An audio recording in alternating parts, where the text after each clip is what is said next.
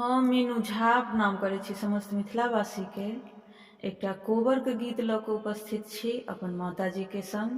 धन्यवाद। जय मिथिला, जय मैथिली।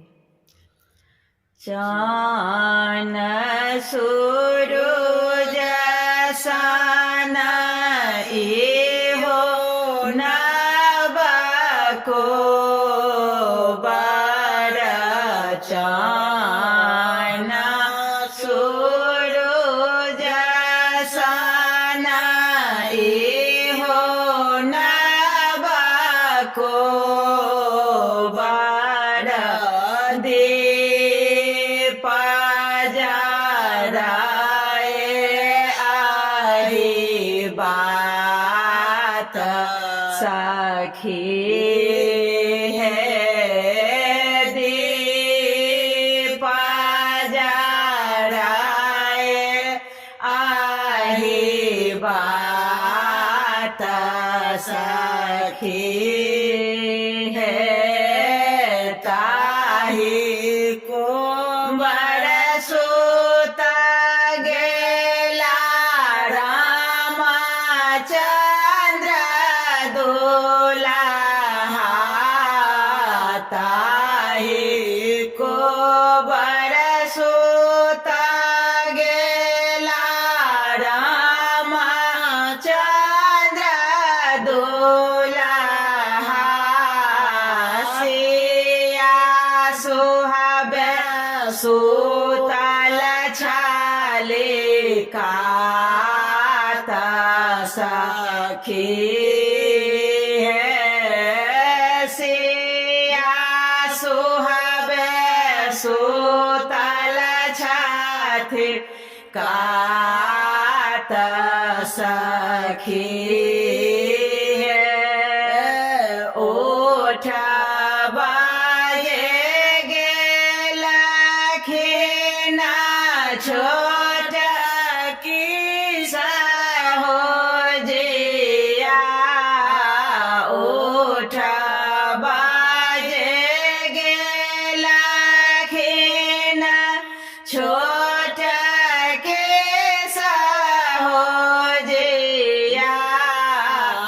ओठो ननदो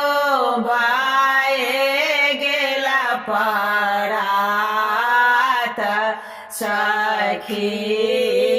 है, ओठो ननदो भाए गेला परात सखी है, ना आड़ी हम काता हो ने देखलहुँ, नान रे हम काता हो ने देखलहुँ, दुल्हा सुतल छथि कात सखी है, केहन आमारो खातो है भेला नाना दोषिया, केहन आमारो खातो है भेला नाना दोषिया, दुल्हिन के बौसलो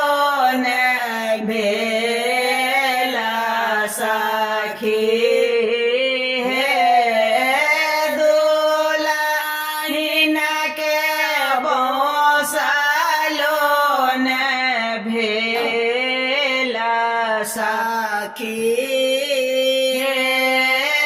जोगा जोगा जे बाथो रामचंद्र दुल्हा, सिया के बढ़ानो आही बा सखी